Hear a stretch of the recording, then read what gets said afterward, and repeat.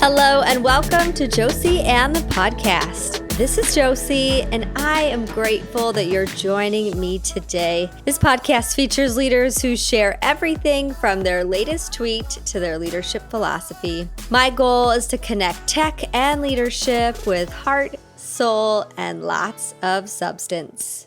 Josie and the podcast is sponsored by Campus Sonar, your partner in social listening. The internet.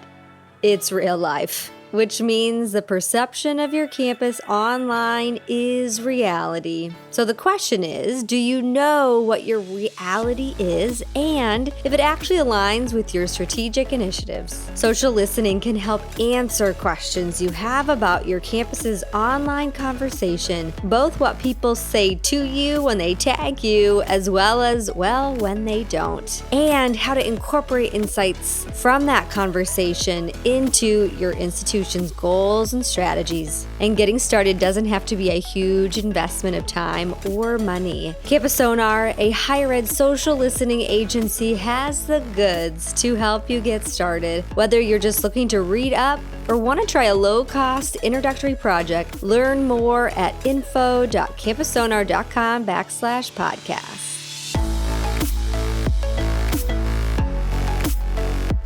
All right, y'all, I am doing a happy dance because this is it. We are celebrating the release of my book, Digital Leadership in Higher Education, Purposeful Social Media in a Connected World. That is a mouthful of a book title, as we do in education. So I'm just going to refer to it as digital leadership going forward. It's been a labor of love. It all started in the spring of 2016, and I am thrilled and humbled and every other descriptor word that you can fit into that sentence, because we are finally here. Next week on the podcast, I'll be sharing way more about the book, my journey, and giving you some sneak peeks into the major framework and philosophy of the text. If you are listening to this during this book launch week, the book came out on September 15th. Well, I hope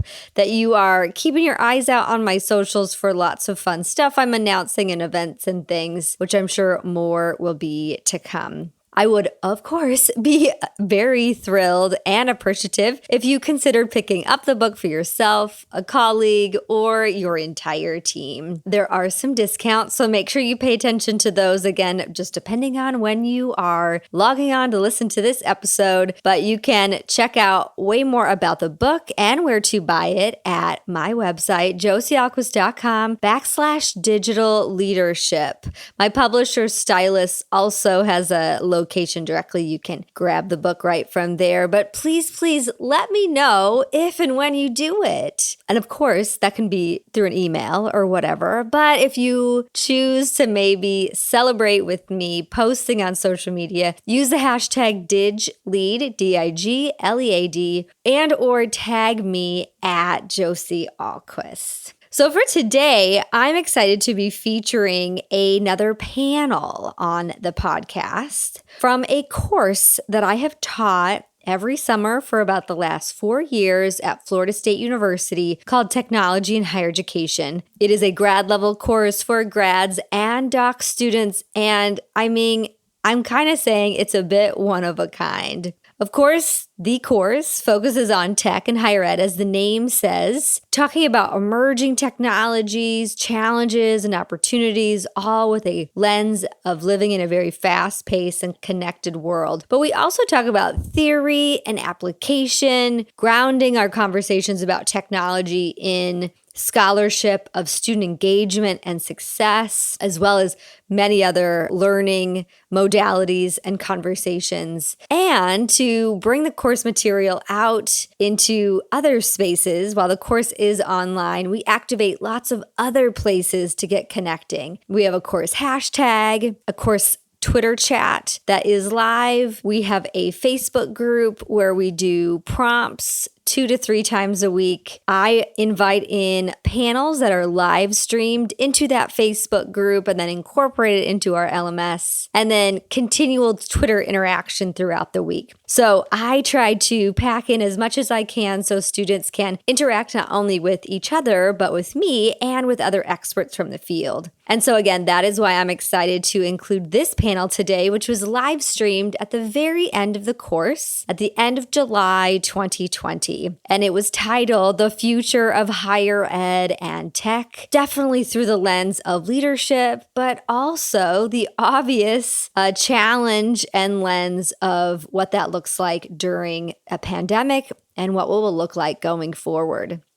Another reason why I bring in these panels is the other philosophy and lens of the course isn't just teaching them a whole bunch of technology skills and tools, but the human element of technology planning, social media strategy, and our own discernment and navigation as individuals in topics like digital identity, reputation, branding, and of course, leadership.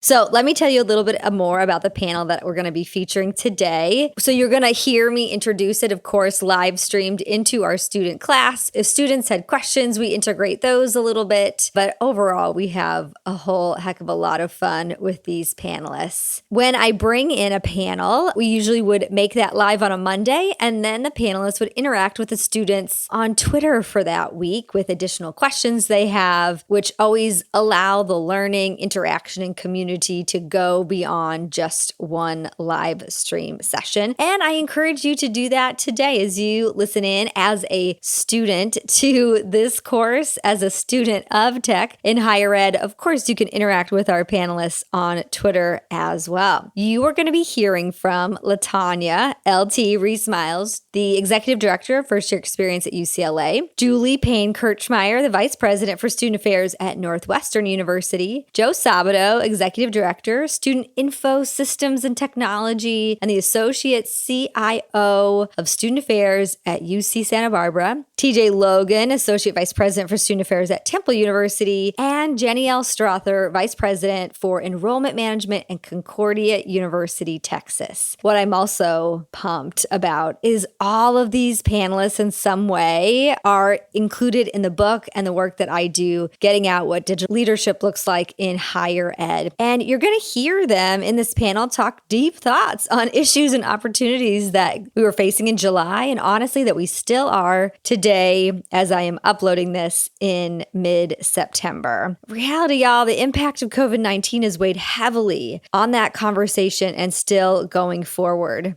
We talk about dreaming up tech innovations for the fall semester, addressing the digital divide and technology gaps for remote learning. You're also going to hear us talk about the future of work and giving advice for job seekers that connect with the alignment of personal as well as institutional values. It's been fun to stay connected with these panelists even since our recording as they continue to show up online in the variety of roles and realities and resources and scenarios that they are running on their campuses and in their lives. I am so appreciative that they were willing to show up then and allow me to share this recording here today. They are authentic, vulnerable, emotional, and I am all here for it. So let us know if you are checking out this episode today. Of course, all the panelists are on Twitter and many other social media platforms. So check out the website for the show notes for this episode, josiealquist.com/the podcast, where you can find all our deets. Of course, I'm at Josie Alquist, the podcast, Josie AT Podcast. And now, how COVID is redefining higher ed, tech, and leadership.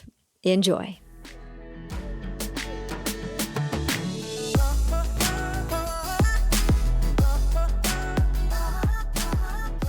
Okay, we are live. Welcome, class, to our final panel for technology and higher ed course at Florida State. I can say I think I saved the best for last, and that's why I stacked it with so many people that I think are so smart and innovative and forward thinking. I also like to think them a little bit as instigators. So they get some hard questions, which you also ask them hard questions too, which should be fun to get to. Let me give you a breakdown of who is on this panel, and then I'm going to turn it over to them. So we're going to start out with Jenny Danielle Strother. She is the Vice President of Enrollment Management at Concordia University, Texas in Austin. She serves as the Chief Enrollment Officer and leads admissions, financial aid, marketing, enrollment, operations, student academic planning, and student financial planning department. She's also a first-generation college graduate and is currently a doc candidate in the Organizational Leadership Studies program at Northeastern. And her research focuses on organizational culture, organizational identity, and the impact leadership has on both at Hispanic serving institutions, HSIs. Some fun stuff, because we got to throw that in for each of the panelists. Her role models are her fearless husband, her caring daughter, and her hilarious son. So glad to have you on the panel today. Glad to be here. Yeah. Next up, Julie Payne-Kirchmeyer, also known as JPK, currently serves as the Vice President for Student Affairs at Northwestern University, in which she oversees the full division of student affairs, and it is very full. Julie also serves as an instructor at Northwestern's program in higher education, where she teaches college student development. During her career, Julie has been highly involved in professional associations. She is the board-elect for my professional association home called NASPA, Student Affairs Administrators in Higher Ed. Julie's actually one of your assigned authors to read in this course, so her name should be familiar. And she also is an avid indoor cyclist, a lover of travel, musical theater, science fiction novels and movies, caprese salads. I can definitely attest to that from her social media feed, and some good red wine. So good to have you. Great to be here. And I'm sorry you had to read my stuff. Kidding.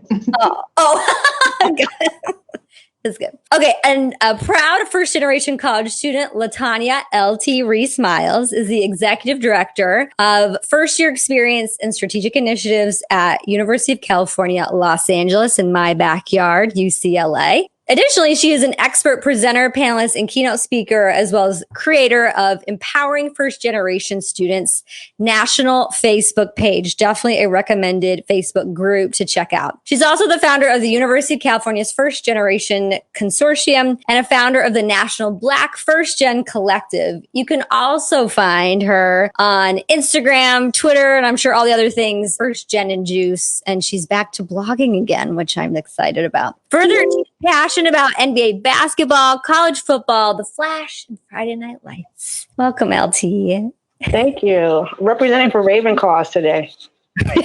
Represent.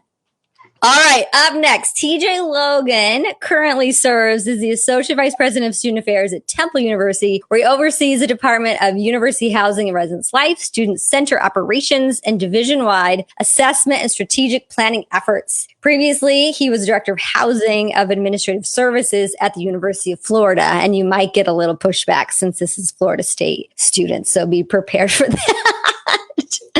TJ is also a host of a much recommended podcast called the Placemakers Podcast, which is about the future of higher education. Something fun about TJ, there's many fun things, but the fun thing we're going to share is at the start of quarantine, he started using his undergraduate degree of fine arts and started painting every single day, at least one portrait. And he's up to 126 paintings from MLK to the Notorious B.I.G. And these are all going to be auctioned off at a very good cause. So follow along on his paintings on Twitter, and you could, I think I'm going to need some of those. I have lots of empty spots. I just got to donate to a good cause. So there you go. Welcome, TJ. And last but not least is Joe Sabato. Also another West Coaster. He serves as the Associate Chief Information Officer for Student Affairs and the Executive Director for Student Information Systems and Technology at UC Santa Barbara, the longest title ever.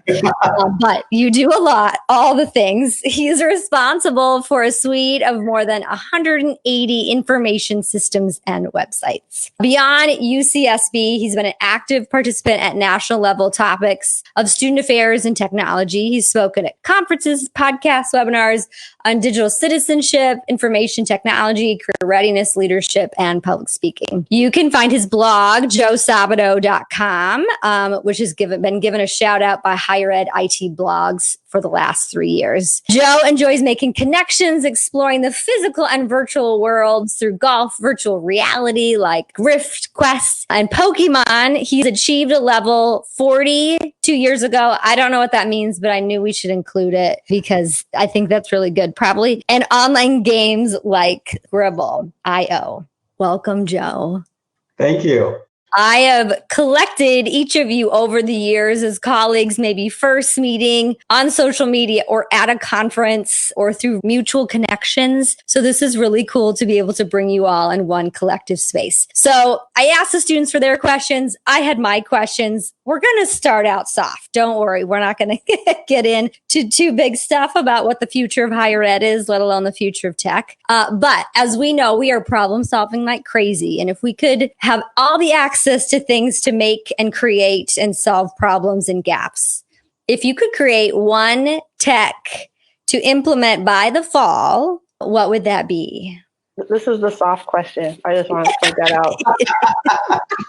No, it's funny because I actually did have this conversation the other day, and I'm not making that up, LT, with a colleague, actually the producer for my podcast, who runs his own startup in production. He does a lot of virtual events. And one of the things I said to him is what we need to solve that we have not solved yet is providing distributed technology access related virtual events in a way that makes sense. So right now, Zoom is our best solution.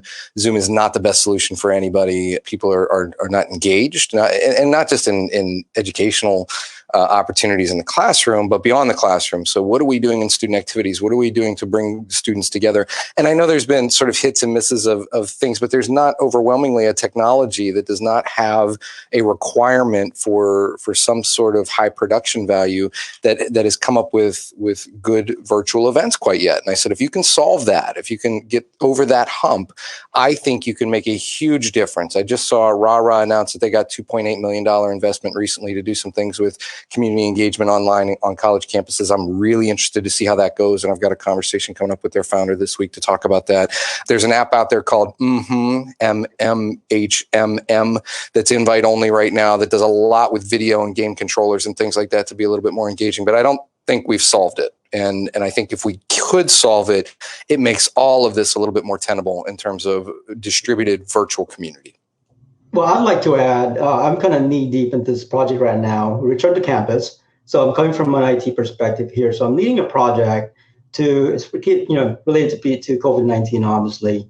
And if I could introduce a technology by fall quarter, it would be a cheap, easily accessible 24-hour time turnaround mass testing. Because that's something that I think, is a requirement for the university to come out, with all the talks about, is it safe, social distancing, all those kind of things. Really at the bottom of it is testing. And as it is, it's not easily accessible. The cost is very prohibitive unless you have a medical center. But even that, that's cost a lot of money. I think UCLA maybe is one of those campuses that have medical center, but for UC Santa Barbara, that's a big problem. And so at the core of what we want to need to do is how can we get a easily accessible, cheap, effective testing that you can get a turnaround in 24 hours. And I'm going to add to that with you, Joe. It's not just the testing in 24 hours. I want something that sticks on a person, that tests them, that tells me what that test result is. And then however many days later, it does it again. Because then it's not we have to have a tent over here. You got to come over here. We're going to give you the brain biopsy with the swab, which is not pleasant if you haven't had it done. And then it comes back. And I realize that's to your point, Joe, a very practical kind of solution to a problem we have right now. But it's a huge problem, and it's going to have ripple effects on return to campus, on the finances of a campus for a long time. JPK, if you're going to put wearables in the mix, I'll go ahead and add contact tracing. That wearable, sure. Yep. But I think we run into a big issue, and this is an issue beyond higher education, but it is a technology issue, and we're at an impasse of this with technology and culture, and that's privacy and agency. Right. And so how are we going to navigate that? Right. Not just as a culture, but as an industry. I think it's a really interesting thing for us to get our arms wrapped around. Well, my magic tech that you let me create with nothing, with all the skills in the world and all the magic in the world, it takes care of that problem too, TJ. All of it's managed. Yeah. Cool. You're fixing culture with your magic wand. I love it. Amazing. I'll just add, because it all relates and ties together, where my head is just technology access, period, for the populations that particularly I'm working with, first gen students, and now related to that are students from rural areas and small towns. It's so basic. The stories we're hearing from students who are in the Chick-fil-A parking lot just to get online, forget the platform, forget that it's Zoom, just to have access. And so we're trying to communicate to our vice chancellor to raise technology to a basic need on our campus, to say that that's what it is. And he said, yeah, that makes sense. But what now? Like, we still don't have good information, good distribution. Well, these are big dreams that need to happen. It's not even like, well, this would be nice. I would like Snapchat to update this one little component, some serious problem solving. So thank you for dreaming with me, but even beyond dreaming, hopefully we can even get close to what some of those elements are. LT, since you brought it up, I'll actually pull this question up about technology gaps. Students really wanted to talk about how we've always had access. We've always had skill gaps for digital. COVID and the pandemic amplified those and brought those to light for those that maybe didn't see them before. So what are ways that, from services support to instruction, have you observed campuses? It may or may not be your campus rising to the occasion, but overall, what do you think is still needed to come, both pulling off the fall, but even going forward? Sure. I've observed other campuses being able to provide laptops to students and hotspots. And I won't. So UCLA is doing something similar. The key is making sure that it's widely known that you can get them. What's the point of having a backstock in the library if students don't know that they exist? It's not intuitive, I think, for a student to know to ask a library for a laptop. I just don't. I'm not convinced of that. But I have seen, like, Amarillo College, they're just so amazing at what they do in Texas.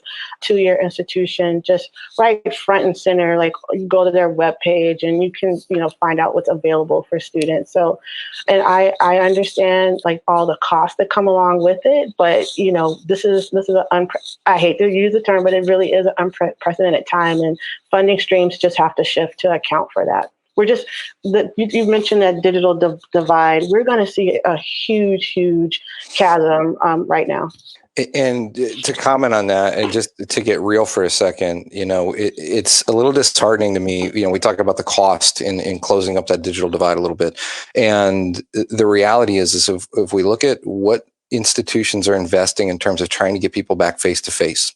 And had they taken, as an example, I know of a campus that just spent $3.2 million to try to retrofit a half dozen classrooms that now they're not even really going to be able to use because the restrictions just got a little bit tighter.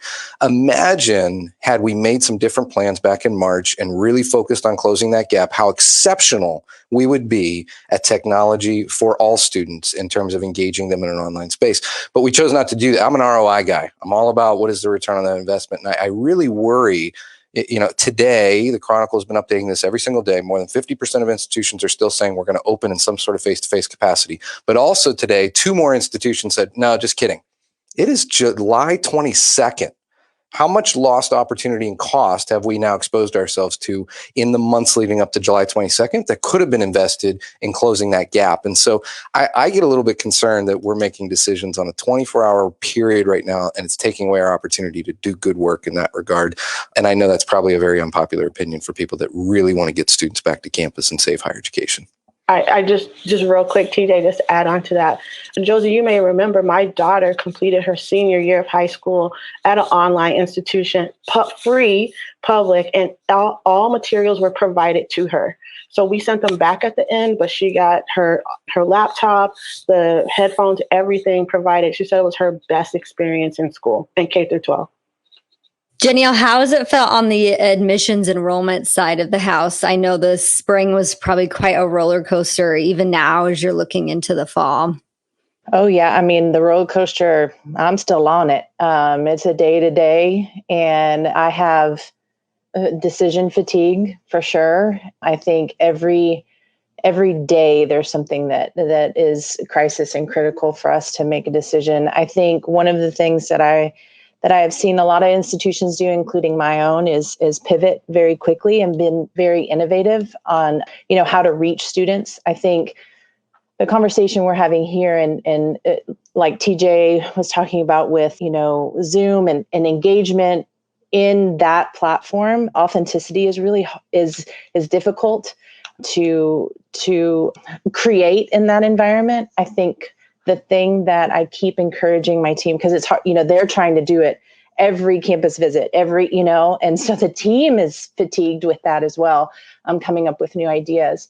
But what I keep trying to remind them is that we're actually reaching students that could not have come to visit our campus, could have never made that. We're a tuition-driven institution. We don't have fly-in program. We don't have things like that. And so this has really opened that up, and to be able to have the conversation with the team and say, hey, let's think of it in this way. Let's frame it with this lens. And how are we accessing, students and how students are accessing us? But the digital divide, as we were talking about, is one thing that it keeps me up at night.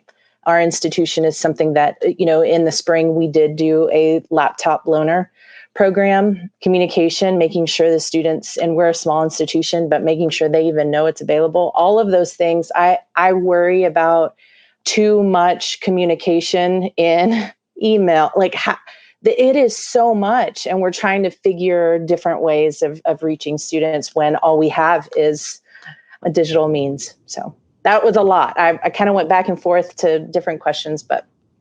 Well, let me comment, kind of building on those two comments. We did a survey, undergraduate remote learning survey at UC Santa Barbara in spring quarter. And so part of the digital divide is not just technology access, but the socioeconomic part of this, which is in the learning context matters. Many of our first gens and, folks in need are in houses where there's multi-generation. They don't have a space where they can study. And so to me, as cynical as we may be with the idea of, wanting to get students back to campus, because, it's revenue, there's also the real need to have, provide students with a space where they can actually study. Now, of course, the dilemma there is that, and you see this on the news, is the behavior of students. Again, some students where, you hear a COVID party. I don't know whether it's real or not, but, how do you balance that where's the safer place to study, right? On campus or at home? And so that's part of the digital divide, I think, is not just, as technology, also, knowing what services exist, but the learning context, where they're located. Yeah, I think this is interesting, Joe, because if you see LT and I, we're over here just like, yes, to everything that you're saying. But I also take to heart what TJ said about, if we knew 3 months ago what we know right now, what could we have done differently, around technology, around access, around looking at this as a higher education system, not as individual campuses. Why could I not have reached out to LT and said, hey, we got 200 students who are in and around where you are right now. It ain't great for them in their homes. So you got a spot on your campus where they can kind of get there very quickly and study and access that we didn't, and I'll give us a little bit of an out here. Nobody knew what was coming. Nobody really, I think, expected a second wave. We were making decisions as we were executing them. And then we had to flip into a planning mode while still responding. So, it was the confluence of all of that. And that makes it almost impossible to sit back and do that future planning when you're constantly trying to keep up. But I think about it now, I'm like, wow, that would have been a really cool thing to try and do, is to leverage those partnerships and say, how can we help our students collectively and still, accomplish the goal, Joe, that you're talking about, giving people a good place to learn and study. A real small tech example of that is EduRoam, right? Mm-hmm. Mm-hmm. Yes. Mm-hmm. Yeah. Just 2 points, Josie. I'll make them quick. I just forgot one of them, so it'll be really easy. My husband is the IT director for a high school, and I've watched, this is TJ, this is affirming you right now. I've watched him all summer, his campus pour all this money into bringing people back. And I said, I'm not even going to charge you for this consulting fee, right? For consulting right now, none of that is going to happen. You're going to build all these things and talk to all these other tech folks, and you're not going to have students on your campus. And just like you said, every day school's announcing that that's not going to happen, and it's the end of July. I'll come back to the other point when I remember it. I just like the framework that JPK put that in, which is the hindsight framework. And that's what's so painful, is that we're always working from the hindsight framework. And so what are we going to learn from this experience and working from the hindsight framework so that in future challenges, we're more strategic than we are in this moment in history and higher education? Because I don't think history is going to look favorable upon the way that we've responded to this pandemic. People are going to look at it and go, wait a minute, you were really bad at online education in the spring. You delivered low quality, by and large, generally, you delivered low quality online education. We all complained about it. We all wanted lower tuition. You had the entire summer to pivot and you didn't. And it's not going to feel very good to a lot of people. And again, I know that's not the most fun opinion or most uplifting opinion, but I do struggle to make, every day we wake up on fire making decisions. Mm.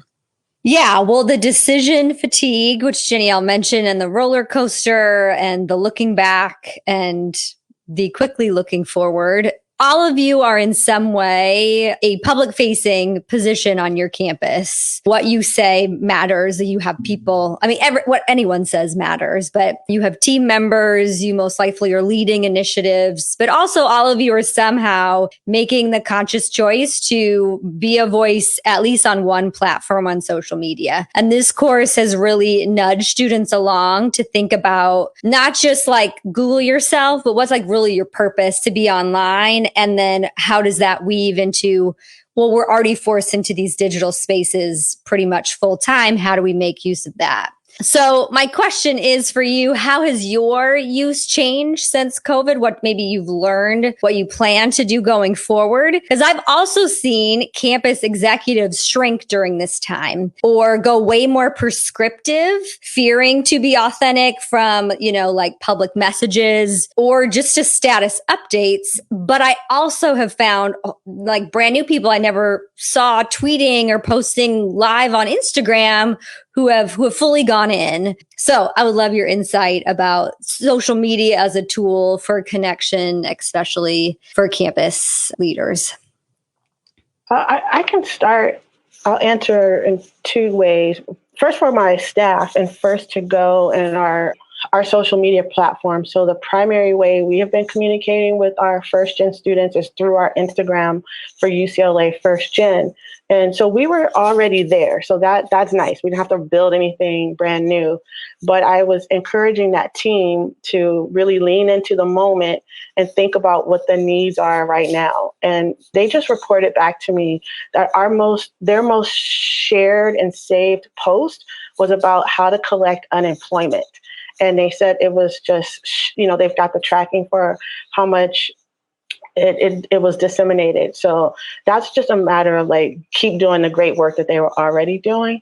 But then I'll say for me, I did have a moment where it was the confluence of the Black Lives Matter protests along with the pandemic and just you had said the decision fatigue, that was all getting to me. And so I kind of shut down First Gen and Juice. I was just like, I was tired. And I started wondering, why does this matter right now? Because First Gen and Juice is more about pop culture and fun.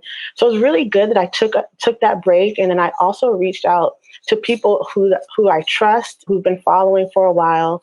And they gave me such great feedback to help remind me of what my identity is. And they just kept saying to me, lean into that identity, keep it fun. Like that is your lane. And so that was the primary takeaway that I have, was just lean into your lane. And then after that meeting, it was like a renaissance. I just had so many ideas had started to flood for me, whereas like the week before I couldn't think of anything. I was like, I'm just going to stop this platform. It doesn't mean anything right now. So it was a good moment for me. And I feel like I've, got my mojo back. LT, I echo a lot of, when everything went down and we were just in emergency meetings constantly. I pulled way back. There was, I think from my perspective, and social is the way that I cope with, with the decisions and the work and, all of that. And it's how I connect to people, in the industry. And I turned everything off, and I didn't turn it off. I just didn't, log in. I was surprised at, and it was self-care for me. And also in my mind, I'm like, I feel like I need to focus on making sure our students are getting what they need, and that, we are, we don't, it's a lot here in Texas. People are laying people off. I mean, it is. So if we're going to get real, this is the most challenging summer of my 21 years in higher ed. And it was a lot. And so I was like, I don't know that I would be the positive person that that's part of my identity on social we're all in it together and cheering. And I needed, to pull back. But I was surprised at how many of my friends reached out to me and was like, I haven't seen you on social. Like, is everything okay? And so you don't realize the impact of that either and I didn't make an announcement or anything like that, but that's what I struggled with too. So I appreciate you mentioning that. For me, the shift for me during the pandemic is that, I typically would go on Twitter, and that's where I engage, but I switched to Facebook. And because that's where I found myself connecting with students. I've always been driven a mission, this idea by our former vice chancellor and the current vice chancellor that says, if you're not engaging digitally, you're professionally negligent. And if you're not engaging online, you're missing half the conversation. And so on campus, I'm known as Tito Joe, which is Uncle Joe, to a lot of the Filipino students. And I actually went beyond what, my comfort level of just announcing things that they should know, right? And just kind of making myself known. I'm available. And whether folks saw that as there's, some hidden motivation or not, I need to know, I need the students to know that I'm there as an administrator, as someone that they can come and talk with. And so to me, that provided a sense of normalcy for me. I used to, I couldn't have lunch with them anymore. That's the way to connect. And I actually engaged with some students. Funny enough, they were intimidated with me having lunch with them in person. But because there's a Zoom, some of them actually said, oh, I don't know why I waited this long to have a conversation with you, Tito Joe, but it feels so much safer. Just like this sense of intimidation factor kind of, decreased. And so, I went to Facebook as opposed to, to Twitter. And, for folks of you who are my friends on Facebook, that I post, a lot of things that I do personally. My partner and I, my parents are on there. They see what I do. My bosses are on there. My staff are on there. So, I'm kind of modeling that sense of vulnerability, authenticity, and that I'm a whole person, which I think students need now, as opposed to here's administration making decisions on our behalf, and here's us.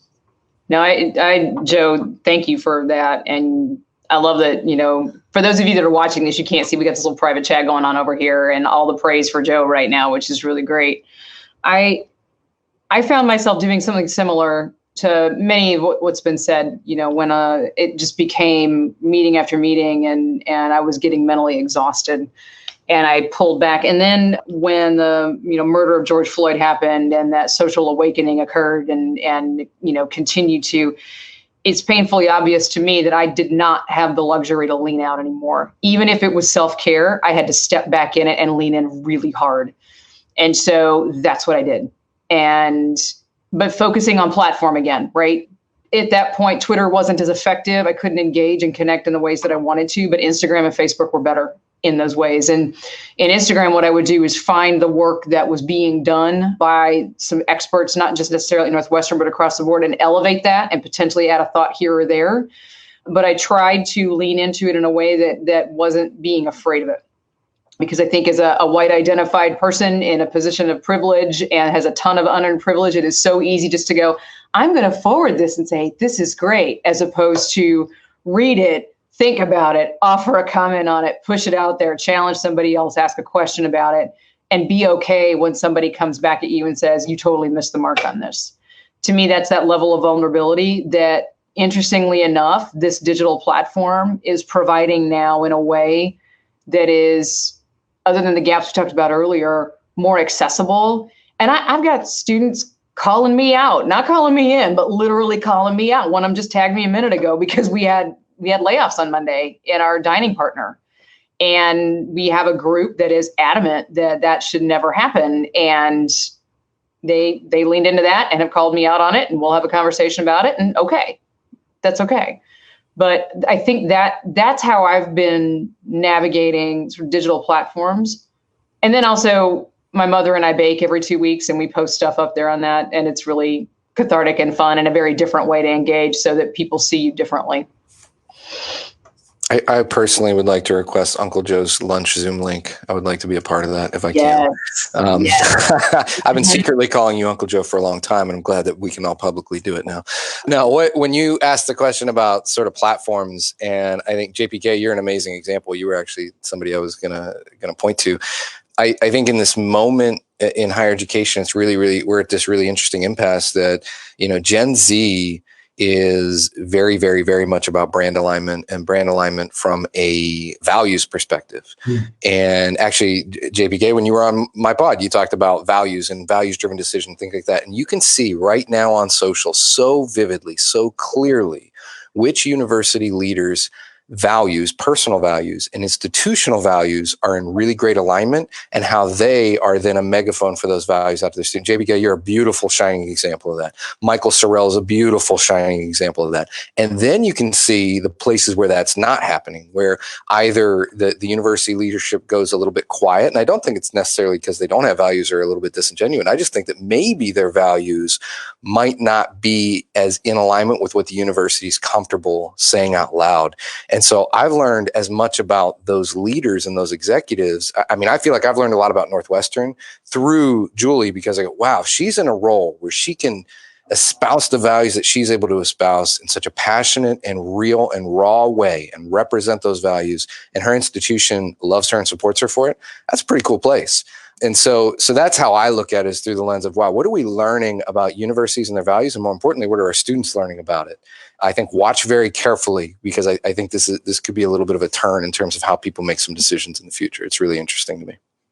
Absolutely. And for the students in the course, they may not know you as well as I do. And many of you are featured in my book, where I've told your stories that you've already brought out these values, these ethos that you have that makes your decisions on social not just this checklist, and it helps explain choices. Like Jenielle, for you to pull back, I know you value authenticity so much you research it, and that making a congruent choice for you. Like Joe, mentorship is like way, way high on your values list. And that's why you would go to Facebook, or, Julie to speak, like the list goes on and on, right? So having these deeper conversations, even about a social media tool, and you could take this into any type of, from digital communications to what we do in real life, I think is important, especially for this course. So I really appreciate y'all taking that to a deeper meaning for sure. So that one was also a little bit maybe softer. So we can now talk about the future again. So hopefully the heart rates came down a little bit, because that's what this panel is called, the future of higher ed and technology. And this one may go in a variety of different ways. But so TJ's got this podcast, right? The future of higher ed. I didn't steal this panel topic based on his podcast, but he asked some pretty tough questions. Okay. And we have current ways that we've always done things, and we had to completely shift things, right, in the spring, and continue to change courses now in the summer. What do you see as existing structures that are going to sustain us going into the fall? Maybe give an example of what you already have explored, completely unpacking to make things work in the fall. But what potentially going into the future isn't going to be realistic? And I can tell TJ is just warming up, ready to go. No, he's not going to go at all. So now again, we're talking about a little bit structures, what's going to work, what's not going to work. What have you learned? I was warming up ready to go. No, I think I have so much to say on this, because talk about it every single week with guests on the pod and have a lot of fun in doing that. And I'm so lucky to have smart people, and you've been one of them, Josie, and you've been one of them, JPK, to appear on the pod and say things that I get to learn from. In terms of things that are sustainable, and I tweeted this the other day, gosh, I hope that we learn a lot about the nature of work in higher education. I hope that we learn about, we particularly in student affairs, but really across the board, are notoriously an industry that is input-based rather than output-based, very rules-based organizations. And I think we've learned a lot about who needs to be in the office, who doesn't, how many hours they need to be in the office, how they can connect with students in different ways, and why that might be healthier, more cost-effective, more cost efficient. I posed this on Twitter the other day. If you were to recast your entire organization based on what you learned during COVID, what percentage of your workforce would be virtual versus face-to-face? And some of the answers I got about 50%. And now you think, if I had 50% of my workforce, I've got a staff of about 200. If I had 100 people that I could hire in a virtual manner, think about the talent pool I could open that up to. Literally anybody in the world. And I'm going to get them at the best rate because they don't have to commute and they don't have to park and they don't have to do all those other things. And their job satisfaction is going to be through the roof because they don't have to see me every day. And so it's one of those things that I hope that we learn a lot about the nature of work and the nature of being an input-based versus an output-based organization. And can we move the needle on that? That's one of my top things that I think we've learned. And I hope we can take that away and actually execute it in the quote unquote new normal. I think beyond the nature of work and adding on to what TJ said, and I tweeted this the other day, just as recently, maybe a couple of years ago, I was still having this debate or a conversation with other SA pros on this idea of high touch, high tech. And what does that even mean? So it even goes beyond the idea of like practice, but the mindset that, as a student affairs professional, we have to be on premise. We have to be, next to the student to be able to do our job effectively. Now, this pandemic, just pretty much whether we like it or not, that exposed, kind of blew the idea out of the water. Again, leaving the effectiveness part of it. But really, I think it comes to the mindset and redefining how we provide services to students. So as we think about the future of higher ed and as we come out of this pandemic, it's not just about budget cut, framing it from a terms of budget cut, but how do we reshape, how do we take opportunities and challenges that we've learned from this? Some folks, some universities still don't want to use the word online education. And I get that. We look at it as remote learning or some kind of form of that. So my question, and I think TJ kind of brought this up earlier, is that what are we learning from this experience? Are we getting better at mission continuity? But at the same time, are we getting better at what online education and online student services could be? And I agree with that, Joe, but I think we're also learning about what we need to be in person for. Yeah. So how we build up, to your point, what's working really well in this environment right here. But I think about things like we're questioning everything. Like, okay, we're doing telemental health right now with our counselors. And, okay, that's good. But when you can't sit in a room with somebody and see the full affect and be in a space where they're not worried about somebody walking in, and it's a different kind of conversation. And it doesn't have to necessarily be mental health. Right. Our career advisors are saying the same thing, right? That yes, we can do online and we're doing it really well. And there's something missing. But the biggest group that's telling us they're missing something are the students themselves. Right. And so this is I think another huge driver about why campuses, those that are really thinking this through well, okay, are pushing a return in some way, shape, or form, because our students are telling us they need it. And not just from I need to be in a room in a space where I can learn. I've not been around people really other than my family for this long. And I need to be around others that I am forming relationships with and I am leaning into connections with and learning from in different ways. And I need part of that to be in person. And so I think, when you ask about what we think is going to shift, all of the leveraging of what we've learned for technology, and I am just as hopeful as TJ and Joe and others that we're going to take that and we're going to maximize it. We're going to use it really well for different types of access. But I also don't want to lose what we know we need from those in-person interactions. I think you said something's important, JPK, which is the end statement. Sometimes the approach is as one or the other. there's the other option. So there are things that's best suited, as you said, JPK, for in person, and we can never lose sight of that. Even as a technologist, we're not going to go 100% online, but there's also things that we can learn, as far as, for example, telemedicine. That's made for some people, and that may be the best option, but that's the only option. Janelle said this earlier. There are some folks who may not be able to go visit campuses. So how do we provide virtual, tours? So there's that. I think you said something that's real important, which is the end statement. Sometimes you go like this or that. Both and is my trademark. I'm ordinarily a glass half full person, but I'll share a concern that I have. And it goes back to I'm concerned my university is not paying attention, which was also mentioned earlier. So while on our campus, we're having all these conversations about students returning and public health and safety, we're not communicating that out to our students because I know this because I'm looking at the class of 2024 Facebook group and students are saying, hey, I'm looking for 5 guys to room with me in the fall. Right, somewhere. I'm like, first of all, if you're on campus, it's not going to be 6 of you in a room, and then we're not doing a good job of talking about proper physical distancing, right? Because we're delaying. I also say that people have had underestimated Facebook, and I think a year ago we would have said young people are not on Facebook, they're not paying attention, they're on Instagram, they're on Twitter. What I'm seeing is Facebook being a place where students are connecting and then they take it somewhere else. And so they might meet and say, oh, I want to now put in your Instagram handle and I'll follow you there. Or can you come join this podcast with me? But it is, and then it goes back, JPK, to that both and thing too. It's not one or the other. It's like start here and then go somewhere else. And it just challenges all those old notions we had about who is where and generations and where Gen Z is. Gen Z is where wherever they want to be. So we just the rest of us just need to catch up, to be honest, and stop putting things in boxes.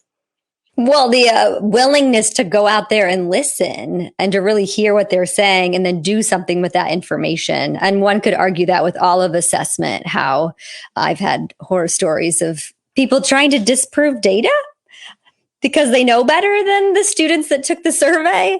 So, Julie, I'm glad you had mentioned that about listening to students and what they want and whatnot. And I think we'll continue to have to look for creative ways to get that pulse beyond just what their COVID test results are and the innovation of maybe some wristbands that test them every so often.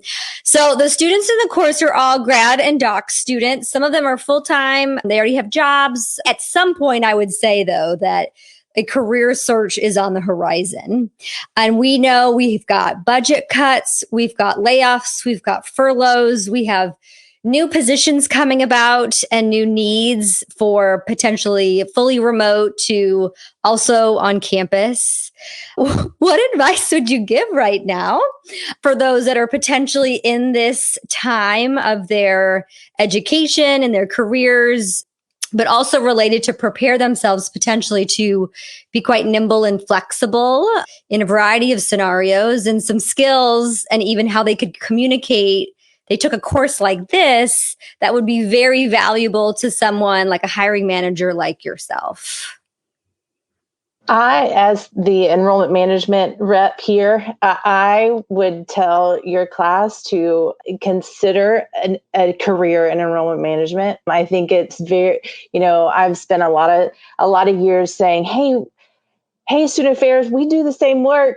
Hey, this is super fun. Let's all talk about it. And I just think really consider it and if you want to know all the ins and outs and the pros and cons, I'm here to talk through those with folks, have them reach out to me. But that would be is think outside of what you think your path should be and what titles and what departments they should be. Think outside the box. Oh, today's Wednesday. So 2 days ago when we recorded the pod, we had Clayton Mitchell on from Jefferson. He's the senior VP for facilities and something else. And a really great guy. He has something smart to say about everything. And one of the things that he talked about, he has a military background, and he says the military and higher education are very similar in that, historically, the things that are rewarded, the people that get promoted, are the people that take orders and fulfill orders. He goes, I'd like to think that that's shifting a little bit where it's less about being able to take orders and fulfill orders and more about being able to innovate a little bit. And so I'm hopeful higher ed is turning a little bit of a corner, because I think the future of work is more about how can we have people solve problems we don't even know we have yet. The best job interview I ever did with anybody, not me as the interviewee, me as the interviewer. I interviewed a guy who said, what do you want me to do with this job? And I told him all the issues. He said, great, I should be able to make that right within a year. He goes, and my plan would be to eliminate my own job. And I said, great, I want to hire you now. If you can eliminate your own job, you will always have a job with me.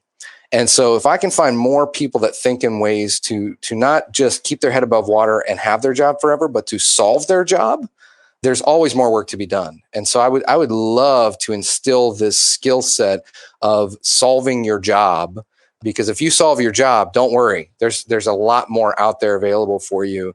And so hopefully we can instill that skill set in whomever is out there doing job search right now. I would love to hire you if you're going to solve your job. So come see me. I love this. Oh, go ahead, Joe. Go ahead. Yeah. So to me, it's more of a mental mindset. So as we challenge the whole models, that's based on certain population, or theories that drive us, I would offer you the challenge to say, kind of rethink about all the things we've practiced to this point. We're in a new generation. It's unprecedented. How, like the TJ said, how do you think about the future? And because all the things we've learned in the past, even for me, I was an undergrad 20 years ago. So our experience back then isn't going to be the same thing as it is now. And someone said, like LT said, Gen Z is where, Josie said, Gen Z is wherever they want to be. And so challenging the mindset of how is it, forget about what we learned. Think about the futurists, think about the students of today, and let them guide us. Not what we think should have been or should it be, but have students. That's the reason why I love talking with students, because they'll tell you exactly what they need. Every time they will. And I would just add to everything that's been said. But I think for me, one of the things that I remember, God, I feel like I'm that old lady on the porch, like when I was a kid, I mean, please, right? But one of the things I remember as a grad student was really thinking about like, oh, we have to like defend the field and defend the work, right? That somehow, and I'm speaking of student affairs, and I'm glad, Janelle, thanks for nodding your head there, that we got to lean into this and prove our worth. I'm telling you right now, nothing has been as critical, maybe other than IT, than student affairs work right now. I mean, every time I'm in a meeting, people are looking to us going, what are we going to do here? We're all being pulled into spaces. We're all being tapped for our expertise. And so I've reframed it for the team to say, anytime somebody asks you what you do, you say you do mission critical work for the education and student success of our entire community here. And that has gained some interesting traction. And so when you go into these places, these job searches, don't do it from a defensive point of view. Don't justify the existence. Tell them why it's important and why it's there and how mission critical the work is. Because we've seen it play out with our students every single day. I mean, we're all now public health experts. We're operations experts. And we really are. I mean, these are the folks that are getting pulled into these discussions, right? And then the faculty and the staff are sitting there going, oh, wow, okay, great. Thanks for the help. So as we think about the future of higher ed and all of you that serve in a variety of leadership positions, how do you see these positions needing to evolve, being redefined? One could say social media never should have been optional, or some kind of online presence or engagement. So for yourself, what are you finding you're needing to shift your leadership? Or what would be your message to higher ed for what's actually going to be needed for campus leadership going forward as quickly as the fall? I want to hear from Julie. I think she's got all the good answers. That's just mean, TJ. No, you do. Every time I get to talk to you, I walk away going, wow, she made me think I'm wrong. That's what I love about you. No, I don't make you think you're wrong. I just like to push back on what you say. I love it. Yeah, I think part of it I said just a minute ago, right? And I also think that how these positions evolve, that's an interesting question again, because as we're sitting here trying to plan and execute at the same time, sometimes we don't know. But I think Joe said something earlier about how you use both to truly connect and engage, whether it's with students, whether it's with other staff, whether it's across the campus, whatever makes the most sense. And I think that skill has to be there. Through your preferred platform is fine on social media, but we've got to have, no matter what your functional area may be, and I would also assert that functional areas are probably going to go away, and we're going to get a little more generalist about this, right? Because we're seeing people getting pulled out of functional areas and put in places where their skills are matching, so much more skills-based. But that flexibility and the ability to really challenge yourself to figure out how you can do really good, meaningful, and I'm going to say it again, mission critical work in all of these spaces, I think is a fundamental redefinition of how we've been brought up in this field. And I always welcome people to completely disagree with me, which TJ will do momentarily, given. No, I won't. No, I particularly love when you talk about being mission critical, being value centered in the way that you work. I don't think COVID has changed this a lot. If anything, maybe it's accelerated a little bit. I tend to think COVID's not really a change maker as much as an accelerator of all the things that were eventually going to happen anyway. They just happened a lot more quickly. And when it comes to leadership, I think it exposed maybe just that sort of the I think it's really going to take people who take leadership very, very seriously. Not just if I'm a university president with an academic, like I see people put in chairs all the time. And from the book, What Got You Here Won't Get You There, we put people in chairs because they were successful at job A. Well, being good at job A does not make you great at job B. And what I want to find are people that are maniacally obsessed with leadership and culture and values and leading with love and leading people and understanding that every person on your team is a unique individual that comes to work. It's why Gary Vaynerchuk has changed his HR role to the chief heart officer. Things like that. People that understand that we're not leading machines or things. We're not managing. We are leading. And I think that's a discipline. And I think you have to be maniacal about it. I think you have to eat, sleep, and breathe it. And my hope is that we can find some dynamic people that can put themselves in that space and be humble leaders who can do that hard work of thinking about leading every single day. I'll just add a little bit on to that. It's really a message to the students in the class. You really have to manage up in this situation. You cannot wait for your supervisor to have an epiphany. So whether that's you deciding or saying, my role needs to shift in here, but you have to show the way, as opposed to someone telling you what it is. I'll use myself as an example. So we're seeing UCLA, like all of a sudden, we're a different type of institution. A year ago, we were saying 98% of our students lived on the Hill. We're live on campus. We're a residential campus. And I had always been asking, what about that 2%, right? I'm first year experience. What about that 2%? 6 months later, now the group on the margin are most of our students right now. And so now I'm telling my boss, I have to reinvent what first year experience means at this moment. I can't wait for my boss. My boss is too busy putting out fires all around. So I encourage people to feel empowered to do something similar, to say what it is that you're seeing, and then provide a solution to that as well. And I think an extension to just building on what TJ said, you have to be, I think, obsessed with learning and relearning yourself, disrupting yourself. And something that, I believe in learning a lot. I think some of you, friends of mine, know that I'm obsessed with just learning about anything and everything. I just don't know when I'm going to use it, but at some point I know I'm going to use it. And that's just been my career, is that I may not know what's coming up next, but when, back in the days, and this is when borders were so physical, a space, I'd go to bookstores and look at the IT section of the bookstore and start looking at the kind of topics that's coming up. And so I started seeing the pattern there. And online now with Twitter, Facebook, and all these other places, I tend to follow people who are leaders in the field. And so you have to be really a passionate leader. You can't just kind of stand alone and say, you know what, like TJ said, what got you here isn't going to get you the next level.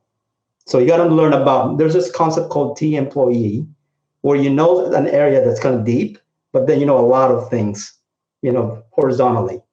And I think that speaks to the idea of you have to be a generalist somehow, but you also have to be a specialist in an area. And Joe, if I remember correctly, didn't you teach yourself how to code or do websites? Like that was your first campus job? Obviously big throwback, but the ability to go out, seek the information, teach yourself the skills to fit the needs. Anyway, yeah, Uncle Joe, as LT just said in the comments. Love it. Well, we are at the top of the hour. I want to thank the panelists who have come from all pockets of the country in the evening to show up to do this. I appreciate you all so very much. I probably will go out and do 3 more hours of work today for as much inspiration that I just got. I hope the students don't do 3 more hours of work unless you're inspired to, but I hope you got a lot out of this as well. They are going to be joining us through Tuesday next week on Twitter. Send them your questions, get more information from them. Next week is about digital leadership. So that was really what my last question was about. What is leadership going to look like for campuses going forward, not just using social media or crisis communication? So again, thank you to each of you a million times over. I appreciate you so very much. Thank you so much for checking out this episode, getting a little nerdy, bringing in some course content from my class at Florida State Tech in Higher Ed. If you enjoyed this episode or if you enjoy this show, make sure that you're subscribed. And don't forget, I would sure appreciate a review on iTunes or any of your favorite podcasting platforms, and get sharing this thing pretty please. Of course, you can join the conversation tweeting at me at Josie Alquist or the podcast Twitter, Josie AT Podcast. Also, that Instagram is there too, also at Josie Alquist. Remember, the show notes and additional resources can be found at my website, josiealquist.com/the podcast. If you are interested in learning more about my speaking consulting work on digital engagement and leadership, or my brand new book, Digital Leadership in Higher Education, check me out at josiealquist.com. Thank you again to my podcast sponsor, Campus Sonar. Learn more about them at campussonar.com. I'm sending digital hugs, loves, and waves to whatever corner of the world you're listening in from. This has been Josie and the podcast.